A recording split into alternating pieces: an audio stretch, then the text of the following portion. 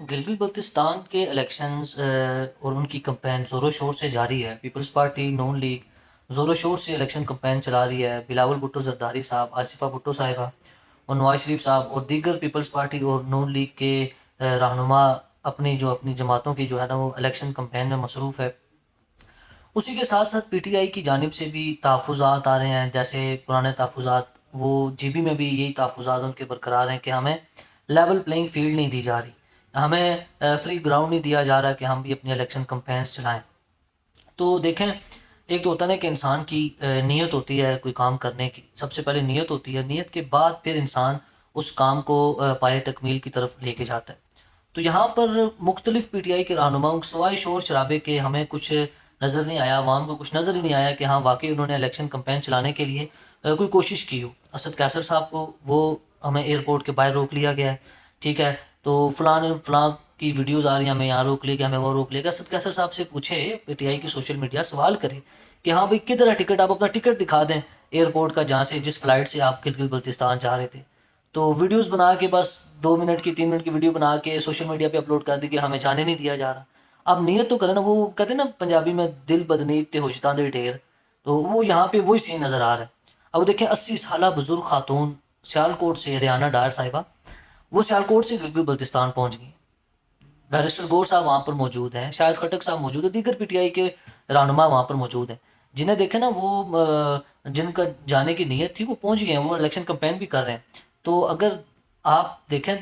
بے شک یہ نہیں کہ مطلب کہ ظلم نہیں ہوتا یا آپ کے راستے نہیں روکے جاتے، وہ بات بجائے کہ آپ کے راستے روکے جاتے ہیں، لیکن ہر دفعہ کا تو یہ نہیں ہوتا کہ آپ ہر دفعہ یہ مظلومیت کا کارڈ کھیلیں کہ ہمیں جانے نہیں دیا جاتا، ہمیں یہ مطلب کہ وہ 2022 سے لے کر 2 اپریل 2022 سے لے کر مطلب کہ 2024 کے الیکشنز تک، اس کے بعد تک آپ پیک تھا آپ کے اوپر جو ہے نا کریک ڈاؤن۔ 2022 دیکھیں،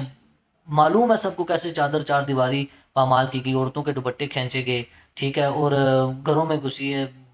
پولیس اور سب کو گرفتار کیا گیا، وہ سب بجائیں 9 مئی دیکھیں، 9 مئی میں پنچر لگانے والے کو گرفتار، ریڈی لگانے والے کو نمبرز پورے کرنے کے لیے گرفتار کیا۔ وہ کریک ڈاؤن مانتے ہیں کہ بھئی کریک ڈاؤن آپ کے خلاف ہوا، لیکن ہر دفعہ تو اب اگلے 10 سال تو آپ یہ رونا پیٹنا تو نہیں لگائیں گے کہ ہمیں مظلوم ہے جی، ہمیں لیول پلینگ فیلڈ نہیں دی جا رہی۔ اور آپ دیکھیں تو صحیح، 1 منٹ میں مطلب کہ 1.5 سال میں عمران خان کی جو ہے نا انہوں نے 30 سالہ جدوجہد کو پانی پھیر دیا اس کے اوپر۔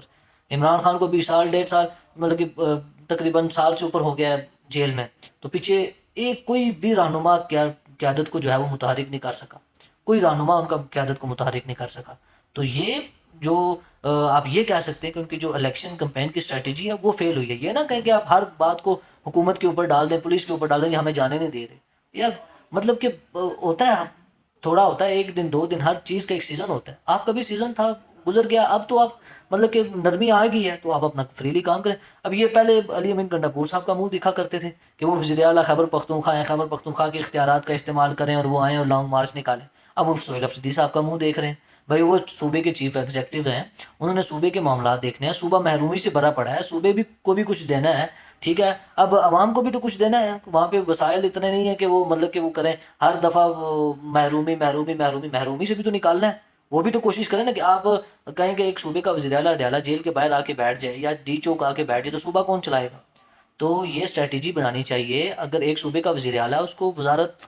کی کرسی پہ بیٹھا رہنے دیں، اس کو وزارت کے کام کرنے دیں۔ آپ جو دیگر سیاسی کمیٹی ہے پی ٹی آئی کی وہ کام کرے، وہ احتجاج کرے، جو بھی ہو آپ نے جو اسٹریٹجی بنانی ہے وہ بنائے، ٹھیک ہے۔ آپ مطلب کہ ایک اسٹریٹجی وہ نہیں بنا سکے کہ عمران خان کو جیل سے باہر لایا جا سکے، جیل سے باہر کو چھوڑیں، وہ عمران خان سے ملاقات نہیں کر سکے،